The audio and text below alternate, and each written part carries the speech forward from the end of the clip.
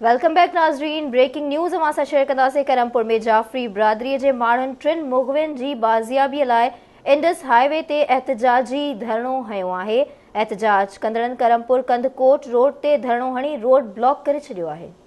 अवांखे update कंदा हलूं। Breaking news आहे त करमपुर में जाफ़री बिरादरी जे माण्हुनि 3 मुग़वियुनि जी बाज़ियाबी लाइ इंडस हाईवे ते एहतजाजी धरणो हंयो आहे। एहतजाज कंदड़नि करमपुर कंदकोट रोड ते धरणो हणी रोड ब्लॉक करे छॾियो आहे। एहतजाज कंदड़नि चयो आहे त मुग़वियुनि जी बाज़ियाबी ताईं धरणो जारी रहंदो। इन हवाले सां राब्तो कयो आहे करमपुर में आवाज़ टीवी जे रिपोर्टर दरिया ख़ान बंगलानी सां। जी दरिया ख़ान, कहिड़ा अपडेट्स आहिनि?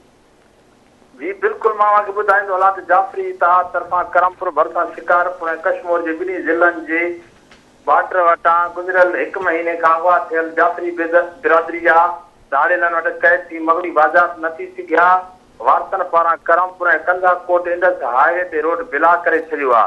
वारसनि जो चवणु आहे त असांजा माण्हू गुज़िरियल 1 महीने खां धाड़ेलनि वटि क़ैद आहिनि, जॾहिं त जेतिरे ताईं असांजा माण्हू पुलिस बाज़ाब न कराईंदो असां इंडस हाईवे रोड कोन खोलाईंदासीं ऐं धरणो जारी रहंदो। जी वरी महिरबानी अवां जी अपडेट करण लाइ।